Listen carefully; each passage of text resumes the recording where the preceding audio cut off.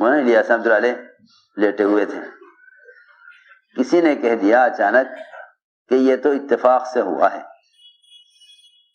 حضرت کے بیٹھ گئے، فرمایا یہ کہنا اتفاق سے ہوا ہے یہی دہریت ہے، یہی دہریت یہی ہے کہ یہ کہنا اتفاق سے ہو گیا۔ اتفاق سے ہونا کا مطلب ہے کہ یہ کام خود بخود ہو گیا نہیں، توحید کے خلاف ہے کہنا کہ کام یہ اتفاق سے ہوا۔ توحید یہ ہے کہ اللہ کے کرنے سے ہوا، توحید کا تقاضا ہے کہ اللہ کے کرنے سے ہوا، توحید کا تقاضا یہ ہے کہ اللہ کے کرنے سے ہوا، کہ اللہ کے کرنے سے ہوا، یہ توحید کا تقاضا ہے۔ خود بخود ہو گیا یہ دہریت ہے۔ دہریت کا مطلب یہ ہے کہ زمانے میں جو کچھ ہو رہا ہے زمانے سے ہو رہا ہے،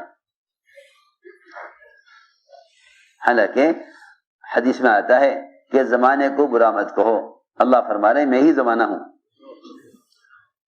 اللہ فرما رہے جی ہاں، لا تسبوا الدہر انا الدہر،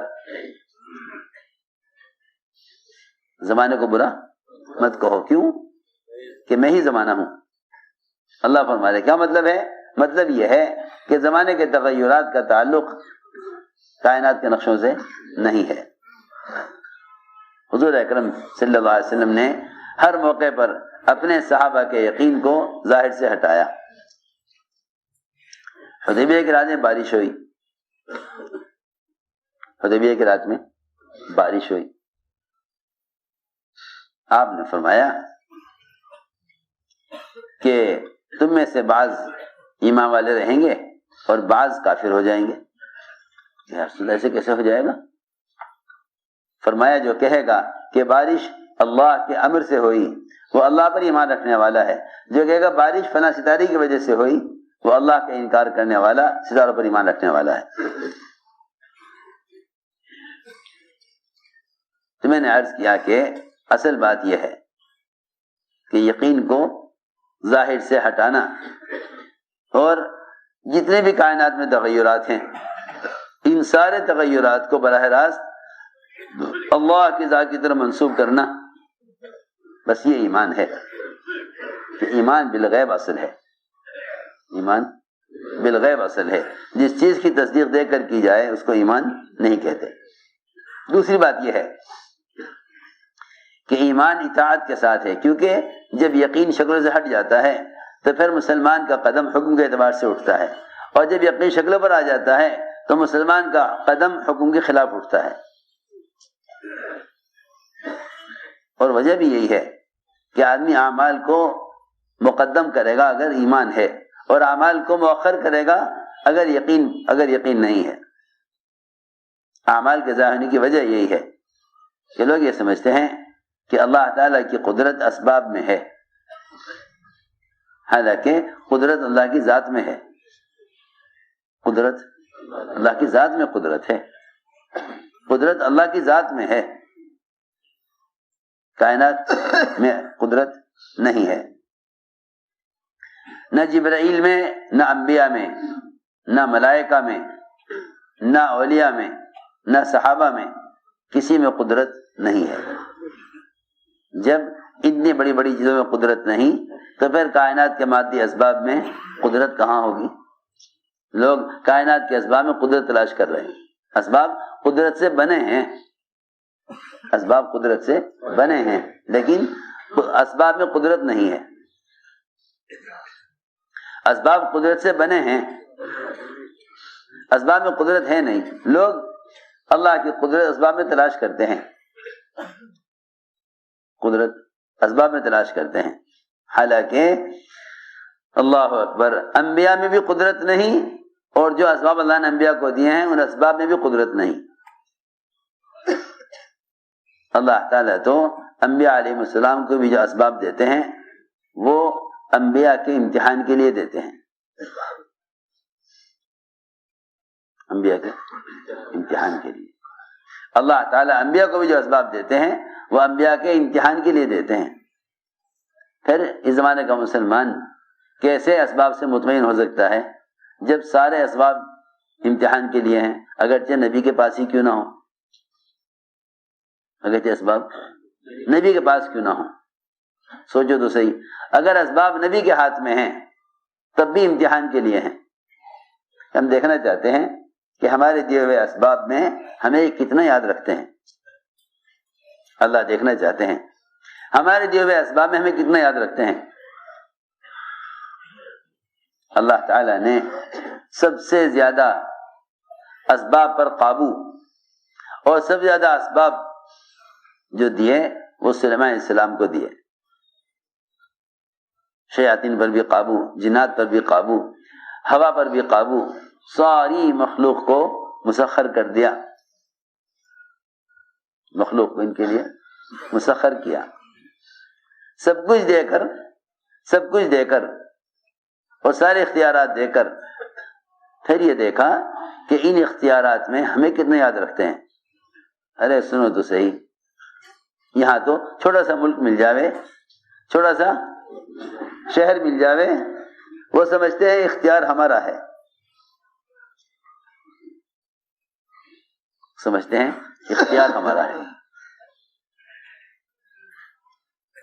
چھوٹا سی دکان کا کھوکا لیے بیٹھا ہے، سمجھتا ہے اختیار ہمارا ہے۔ وہاں سلیمان علیہ السلام کو ایسی مخلوق پر اختیار دیا جس مخلوق پر عام طور سے انسانوں کو اختیار نہیں دیا۔ ہوا چلے تو اپنی چاہت کے مطابق، جنات شیاطین سب کے سب تابع۔ اللہ نے آزمایا کہ دیکھیں تو صحیح، ہم نے سب کچھ دیا ہے، ہمیں کتنا یاد رکھتے ہیں۔ اللہ نے ایسے گھوڑے پیدا کیے جو ہوا میں اڑتے تھے، زیبر دوڑتے تھے، پانی میں تیرتے بھی تھے، اور ایسے خوبصورت کہ اس سے پہلے کبھی تھے نہ اس کے بعد کبھی رہے۔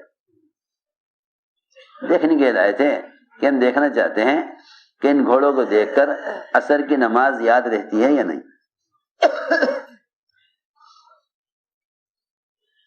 یہاں تو آپس میں بیٹھے باتیں کر رہے تھے کہ نماز نکل گئی۔ کیا ہوا؟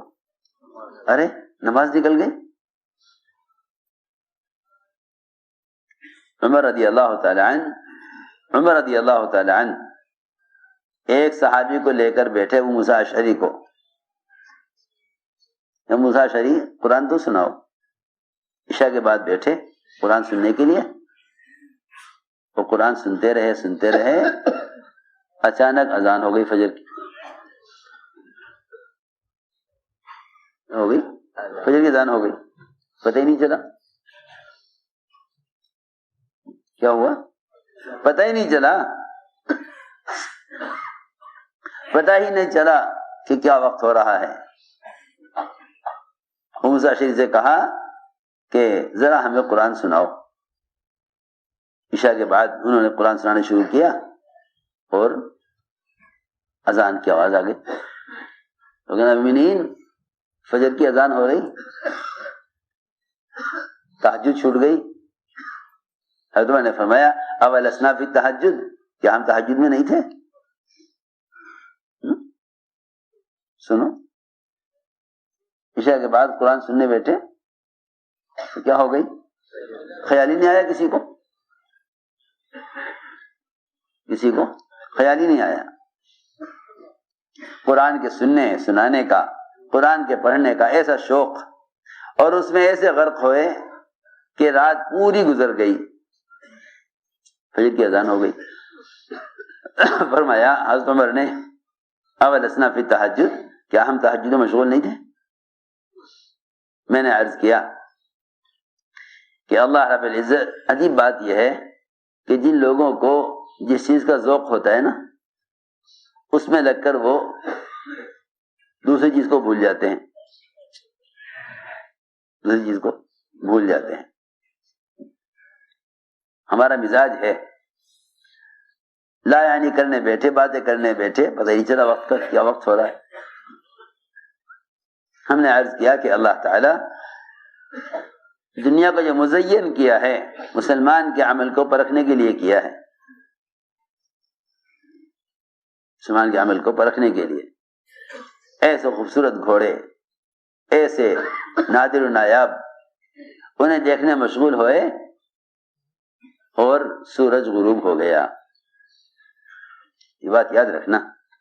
آج کل لوگ کہتے ہیں نا کہ میاں ہم تو اللہ کی قدرت دیکھنے جا رہے ہیں. ہاں کیا؟ جی ہاں، گھومنا پھرنا سیاحت کرنا. کیوں پھر رہے بھائی؟ اللہ کی قدرت دیکھنے کے لیے. اللہ اکبر. اللہ تعالی نے ساری کائنات کے درمیان انسان کو ایسا بنایا ہے کہ اللہ کی قدرت کو سمجھنے کے لیے اپنی ذات میں غور کرنا کافی ہے. یہ تو بیچارے دنیا کی محبت میں پڑھ کر دنیا کی چیزوں کو دیکھنے کو یہ کہتے ہیں ہم تو اللہ کی قدرت دیکھ رہے. میری بات یاد رکھو، اللہ کی قدرت کو دیکھ کر اللہ کو وہ لوگ بھلائیں گے جو چیز کو دیکھنے کے وقت بنانے والے کا تصور نہیں کریں گے. بنانے والے کا تصور نہیں کریں گے. جو بنے ہوئے کو دیکھیں گے اور اس وقت بنانے والے کا تصور نہیں کریں گے، ان کے دل میں بنے ہوئے کا تاثر پیدا ہوگا، بنانے والے کا تاثر پیدا نہیں ہوگا. ان کے دل میں کس کا؟ بنے ہوئے کا تاثر ہوگا، بنانے والے کا تاثر نہیں ہوگا. ان کے دل میں بنے ہوئے کا تاثر ہوگا، بنانے والے کا تاثر نہیں ہوگا.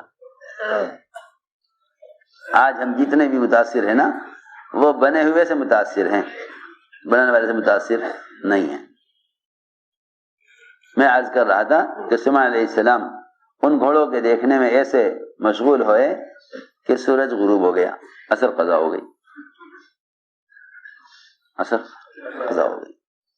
اتنا غم عصر کی نماز کے قضا ہونے کا کہ تلوار منگائی اور سارے گھوڑے کاٹ ڈالے. گھوڑے کاٹ ڈالے کہ جو چیز نماز کو ضائع کر دے. اللہ اکبر. وہ تو نبی تھے. عصر کی نماز کے قضا ہونے پر گھوڑے ختم کر دیے.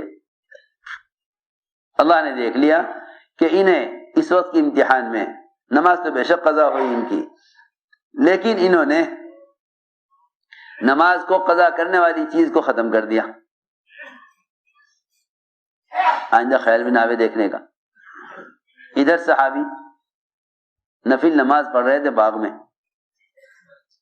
انگور پر بیٹھنے والے پرندے کے انگور کھانے کا منظر اتنا پیارا لگ رہا تھا. ایک روایت میں ہے کہ اس پرندے کے اپنے باغ میں انگور کھانے کا انداز دیکھنے میں یاد نہ رہا کہ نفل کی کون سی رکعت ہے. 50,000 کا باغ اسی وقت چھوڑ دیا. اچھا ایسا باغ رکھنا جو اس بات اللہ کی یاد سے غافل کر دے. سوچو وہ باغ جس پر پورے سال کے اخراجات کا مدار ہو، پورے سال کے اخراجات جس باغ سے نکلیں معاش کے لیے، کہ باغ پر ہی گزارا ہے